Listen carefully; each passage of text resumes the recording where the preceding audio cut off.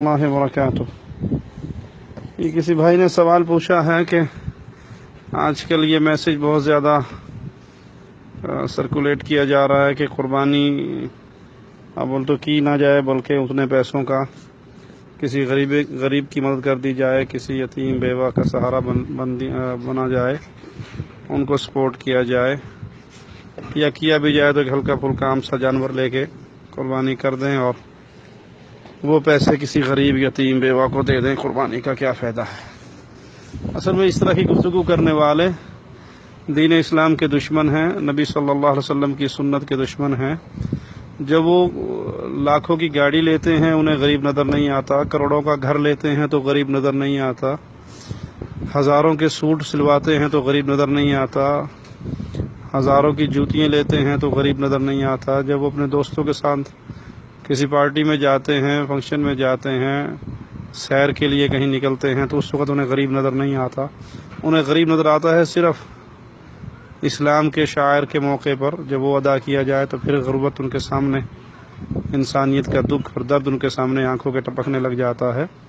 لیکن جب وہ اپنی پوری سال کے اندر اللہ تعالی گزارتے ہوئے لاکھوں روپے خرچ کرتے ہیں، کفار کے ملکوں میں سیریں کرنے جاتے ہیں، اس وقت انہیں غریب کہیں نظر نہیں آتا۔ تو یہ اصل میں سنت رسول صلی اللہ علیہ وسلم کے دشمن ہیں، جنہوں نے چولا تو اسلام کا ہی اوڑا ہوا ہے، نام ان کا مسلمانوں والا ہے، ختنہ کروائی ہوئی ہے، اسلام کا لیبل لگایا ہوا ہے، لیکن وہ اسلام کی روح سے ٹکرانے والی زبان استعمال کرتے ہیں۔ تو قربانی نبی صلی اللہ علیہ وسلم کی سنت ہے، اللہ کے پیارے نبی صلی اللہ علیہ وسلم نے فرمایا کہ تمہارے بابا ابراہیم علیہ السلام کی یہ سنت ہے۔ تو اس موقع پر افراط و تفریط سے بچنا چاہیے، نہ تو اس طرح کے اس طرح کی گفتگو اپنی زبان سے کریں جس سے اسلام کے شاعر کا مذاق اڑے، اور نہ ہی یہ ہو کہ ایک انسان نہ نماز پڑھتا ہے، نہ روزہ رکھتا ہے، نہ توحید کو جانتا ہے، اور قربانی کا وقت آتے ہوئے وہ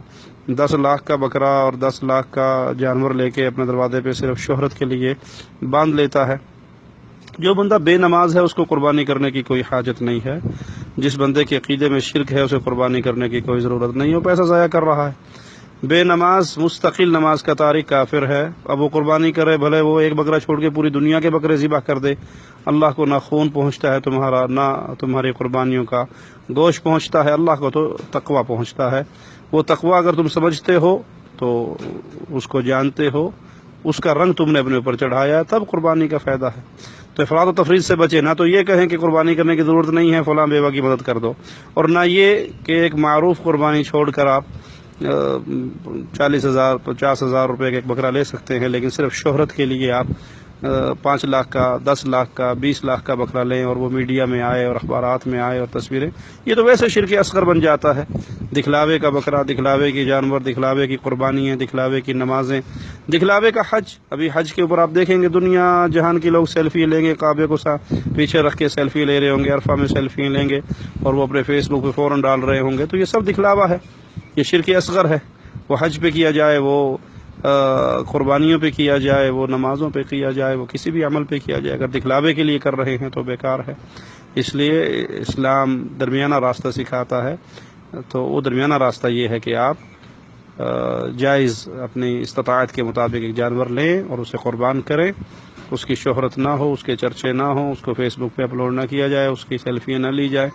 دکھلاوا نہ ہو، اللہ کے لیے کریں، اور اپنی زبان سے دین دشمن لوگوں کی باتوں کو اپنی زبان پہ نہ لائیں کہ ایسی قربانیوں کیا فائدہ، اتنا خون بہانے کا کیا فائدہ۔ جیسے ایدھی بھی کہا کرتا تھا کہ یہ قربانی کے سارے پیسے اٹھا کر آپ غریبوں میں بانٹ